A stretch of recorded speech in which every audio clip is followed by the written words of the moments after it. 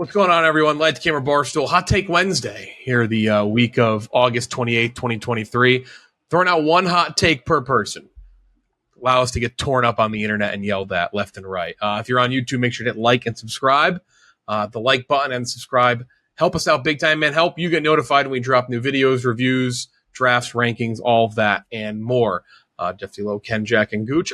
I'll start out. We'll rotate each week. I'll start out with my first hot take. We'll go in the Nolan space, Christopher Nolan space. This has been a long time take of mine. People fucking love this movie. It's maybe their number one many times for Nolan movies, but I think Interstellar, hot take, Interstellar bottom tier Christopher Nolan movie. Fuck off. For me, it's never resonated. Now keep in mind, high score gave it an 89 out of 100. Christopher, like bottom tier, that's like saying it's like relative. I think these five World Series were the bottom tier of the Yankees' 27 ties. It's like whatever. He's a great director, but I do not have Interstellar in the upper half at all, or upper 2/3 of Christopher Nolan stuff. I'd rather watch The Prestige, rather watch Batman Begins, and then for me, I still like Tenet more than it. Whatever. Like throw your tomatoes at me. That's fine. Dark Knight Rises, Memento, Dunkirk, Oppenheimer, Dark Knight, Inception. Interstellar for me just always like I felt like I get that Tenet is confusing. I totally get that. And some people just don't get it. And that's not even like you're an idiot if you don't get it. Like you're just a human being if you don't get it. But for me, it never felt like it was just dragging on. Interstellar felt overly long for me at times. And like it dragged a little much. Again, I still like the movie. I have it high up there.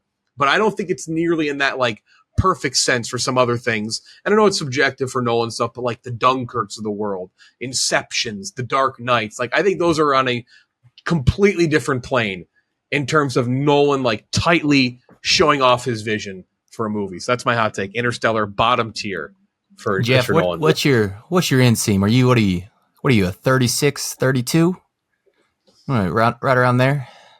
Tell me it takes two numbers to cover your ass, but only one number to tell me how good this fucking movie is. God, are you kidding me? Too niche so reference. Good. So niche reference, Interstellar. Saw it one time in theaters. God, you need to go back and rewatch it then. That's the Oppenheimer issue. 4, saw Inception 3 times, saw Dunkirk twice. I like it, but it's so like dense and just bogged down. And I guess Tenet is as well. But I just had more fun with Tenet. And I love McConaughey. It's not a McConaughey knock. I love Matthew McConaughey. All right. I never expected Jeff to be a 27 Rings guy. Although I guess like when you factor in, the hair, the chain, like you'd make a great Goomba if you really wanted to be, Jeff. 27 Rings Yankee guy. I don't know. It's just how it is. That was the best comp. That was the best comp. I mean, Nolan, whatever. These are all great World Series title-esque movies, but you got to have a bad one no matter what, right? There's a bottom tier for Tarantino too, and it's still like the bottom tier of Nolan and Tarantino are still top tier for most directors, right? So my hot take.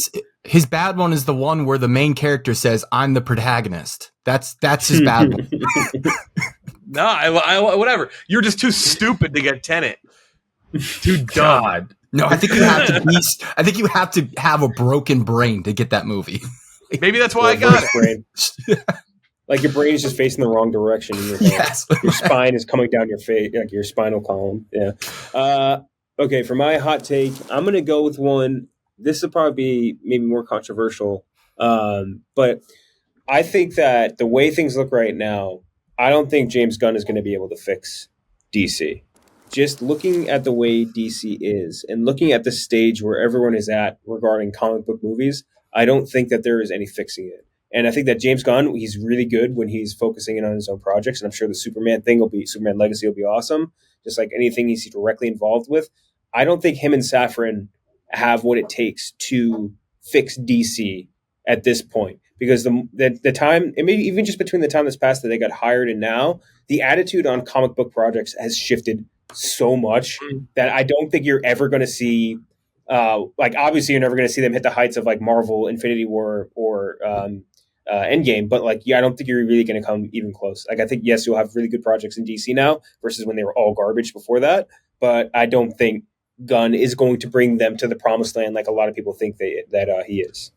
I I think that's a really, not even a hot, that's a good take. It is kind of hot because, he's made great movies and all that, and people expect him to, but I think it's a good take. I think the biggest issue with DC is that they keep kicking the fucking can down the road. And, they're not going to cancel Aquaman. They're not going to cancel Blue Beetle. But Blue Beetle just made, $17 over, the last weekend. And Blue Beetle, honestly, it should have made more. That's a fun movie. If you would have slotted that in an early MCU, people would have really enjoyed that.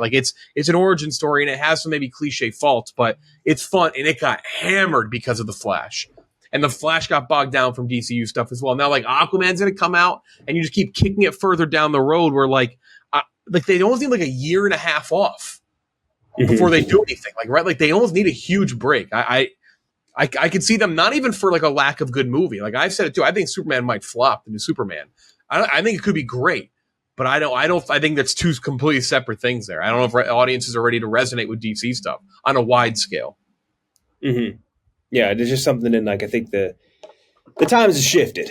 The times have shifted away from the comic book movie, and there's just nothing you could do. And yeah, like you're saying, kicking down the can down the road and having to watch Blue Beetles and having to watch which we did for whatever that's worth, or having to watch Aquaman 2.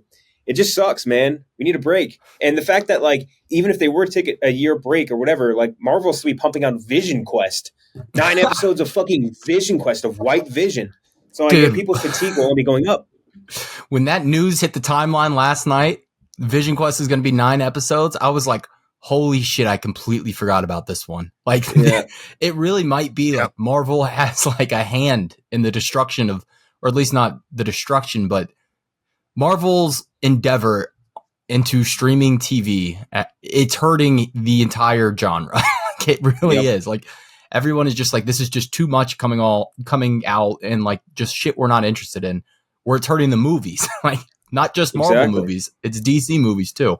It should be the Marvel series should be 2 big swings a year, Loki this half the year, then one other thing this half the year. It should be very condensed into small spots where it makes an impact. Otherwise, they just roll off into each other, and it's it's never ending, and it feels unimportant at that point. They're going to spend $225 million to make White Vision. That, you can't do that. That's just not tenable. You know what I mean? That business model is spending $300 million making She-Hulk a fucking sitcom for $300 million. It's crazy. The She-Hulk budget will go down in history as one of the most insane things. And then they spend $25 on Obi-Wan. Yeah, exactly. Crazy. All right, Gooch, your hot take. This one's hot, and I'm not sure I have a ton to back it up with, but it's just a feeling in my gut, and I can't stop watching the trailer. I think Killers of the Flower Moon will end up being Scorsese's best movie of the 21st century.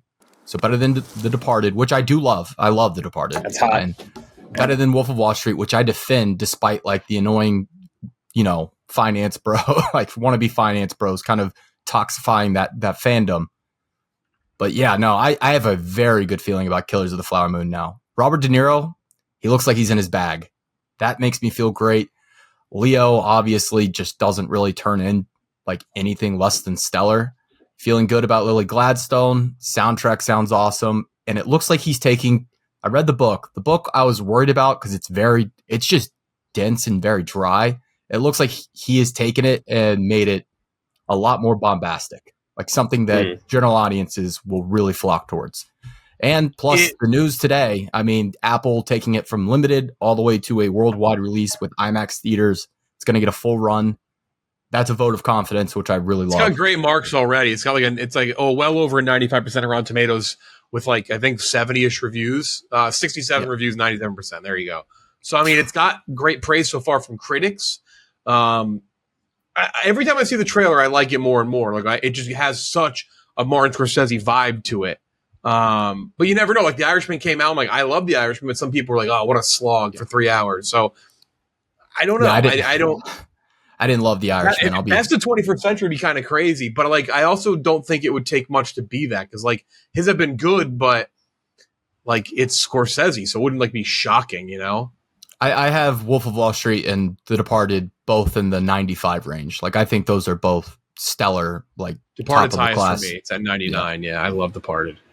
Yeah, so for me, it would be kind of you really gotta almost outperform previous MVP seasons So yeah, I'm hoping for it. That'd be amazing. It'd be amazing if we have like a really cool Oscar race this year too, which I'm also hoping for. Like we don't have Nolan versus Scorsese for Best Picture and Best Director would be pretty fucking cool. Like where there's one, like it doesn't separate whatsoever.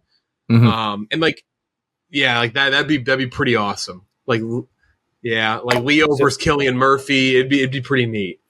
So you think it's gonna be better than Hugo? There are Hugo defenders, like people who like actually think Hugo's like top 3, top 5 of his. So I'm not gonna. They can jump off a fucking bridge. Departed is really tough for me to beat. Like that, Departed is one of those movies where I don't know if any other filmmaker could have made that movie. It falls in. It falls in that category of like you say with The Dark Knight consistently. It's a perfectly paced movie too. Like that movie moves. Yeah. No movie's really good of his that not enough people watch it. I feel like it just gets lost in his filmography. Silence. Silence was so good. Yeah. Well, because the ability to get someone to go see Matt Damon and Leo and them shoot each other up in a mob movie is a little different than like, hey, go watch this religious movie. But Andrew Garfield and Liam Neeson as Japanese monks. Silence is great though. Really good movie, man. It is dark. It is twisted. It is fucking great dialogue. The stepping on the stone thing scene was so good. Holy shit. What a movie. Legend. Cinema, baby. All right. Hot takes. All related to, let's see, Christopher Nolan in the first one, James Gunn, Martin Scorsese. So big name director still walking around, even though Gunn obviously in a different category. Two of them probably going to be in the Oscars. It's going to be Oppenheimer versus Kills of the Flower Moon, especially with Doom 2 being moved to next year. It kind of was the last one where you're like, maybe like could it have a Return of the King type thing? So seems to be a 2-horse race. Those are our hot takes for the week. Make sure to yell at us and scream at us and tell us we're stupid. Make sure to like and subscribe here on YouTube. Helps us out a bunch. For Ken, Jack, and Gooch, I'm Jeff Dilo. We'll talk to you next time.